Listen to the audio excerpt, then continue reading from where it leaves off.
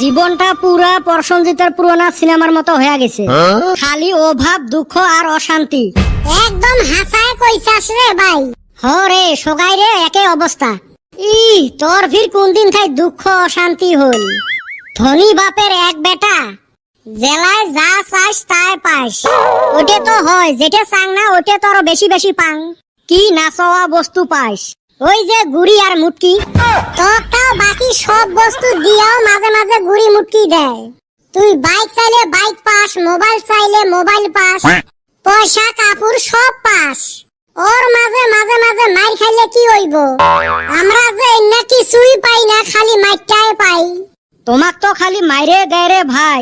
Mock তো উঠতে বসতে মাইরের সাথে গাইলেও পারি থাকে, মক ফির মাইরটাই দেয় না। তুই পড়াশোনায় ভালো, কিন্তু খালি মাঝে মাঝে অল্প গাইল পারে। তুই ভালা চেংড়াটা তো ফির কিসের জন্য গাইল পারে? এই যে তোমার সাথে ঘুরি বেড়াং যে, তার মানে আমরা খারাপ? তুই ফির নিজকে ভালা বলি ভাবিস? হ্যারে কদম, এই সারাম দাদা খালি কি আমারে একলাই খারাপ কইছে? আঙ্গ তিনজনকে খারাপ কইছে। ওইটা তো খালি বল্টুর বাপকে। মোর বাপও গাইল পারে তোমার দুইজনের সাথে ঘোরার জন্য। দেখছাস এখন অতিও সাইড নিল, আমরা দুইজনে খারাপ হইলাম। মক তো সেই গাইল পারে কদমের সাথে ঘোরার জন্য। ও তার মানে আমি কি খারাপ, তোরা ব্যক্তি ভালো। আমার বাবা তো হেই রুম গাইল পারে তখন হাতে ঘোরার জন্য। তাহলে সগাইরে বাপে যদি গাইলে পারে, তাহলে আমার চারজনের ভালা কাই আর খারাপ কাই।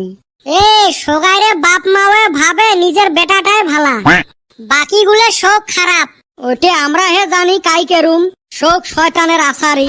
হইলো তোমরা দুজন অল্প বেশি। এ বেটা ছাওয়া কিছু কইবি না রে? তুই কো খালি মোর আশাত থাকিস কে? আমি কইবার গেলে যে হাতাহাতি হইয়া যাব। এ কদম লাগবো নাকি? আয় লাগি। তোর সাথে লাগবে চাইছো নাকি? খারাপ তো মকো কছিস না। আরম্ভ হইল 203 ঝগড়া। আছিলুম কি জ্বালা নিয়ে, এমরা আসে আরেক জ্বালা ধরে দিল। তুই ফির কি জ্বালা নিয়ে আসছিস? মাইনসের জ্বালায় ফেসবুক ইনস্টাগ্রাম খোলাই যায় না। কে কি করছে ফির? কিসের গরমের বন্ধ অল্প দিছে না নাই? এই বলে শিলং ঘুরবের গেছে, এই বলে দার্জিলিং ঘুরবের গেছে, কাকো ফির দেখবো সিকিমত ঘুরবের গেছে।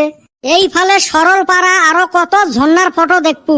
মাইনসের ঘুরি বেড়া ফটো দেখতে দেখতে না মনটাই খারাপ হয়ে গেছে। আমরাও যাইগা।